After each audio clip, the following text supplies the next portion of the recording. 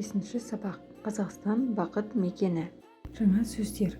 Көп ұлтты, многонациональный. Бақыт мекені, обитель счастья.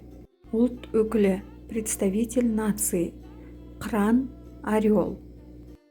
Бірінші тапсырма. Тыңда, суретке қара, сұраққа жауап бер. Первое задание. Послушай, посмотри на картинки и ответь на вопросы. Қазақстан көп ұлтты мемлекет. Мұнда қазақ, орыс, корей, өзбек, татар және тағы басқа ұлт өкілдері тұрады. Олар тату-тәтті өмір сүреді. Қазақстан бақыт мекені. Қазақстанда тұратын басқа қандай ұлттарды білесің? Каких еще наций знаешь, которые живут в Казахстане? Украиндар, немістер, татарлар, әзірбайжандар, қарақалпақтар, гректер, үндістер, түріктер және тағы басқа. Екінші тапсырма. Оқы, сұраққа жауап бер. Второе задание. Прочитай и ответь на вопрос. Бірінші өлең. Жұмбақтас. Қазақстан бақыт тұрағы, қалықтай берсін қыраны.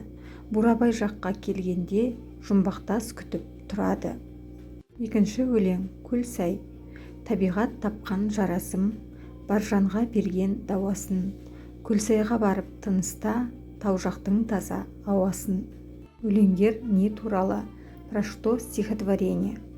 Бірінші өлең жұмбақтас жартасы туралы. Екінші өлең Көлсай көлі туралы. Үшінші тапсырма. Суреттерге қара, салыстыр, Көлсай, жұмбақтас туралы әңгімелеп бер. Третье задание. Расскажи про Көлсай и жұмбақтас. Жұмбақтас Көкшетауда орналасқан жартас. Ол пирамидаға ұқсайды. Биіктігі 18 метр. Жұмбақтас туралы аңыз көп. Көлсай Алматыдан 120 шақырымда орналасқан. Пішіні дөңгелек тәрізді. Шатқалдардың арасынан ағады. Көлсай ең әдемі көл. Төртінші тапсырма. Өзен атауларын буынға бөліп көшіріп жаз. Ақ су, көк су, ле, леп, сі, қара, тал, шу, сар, қан,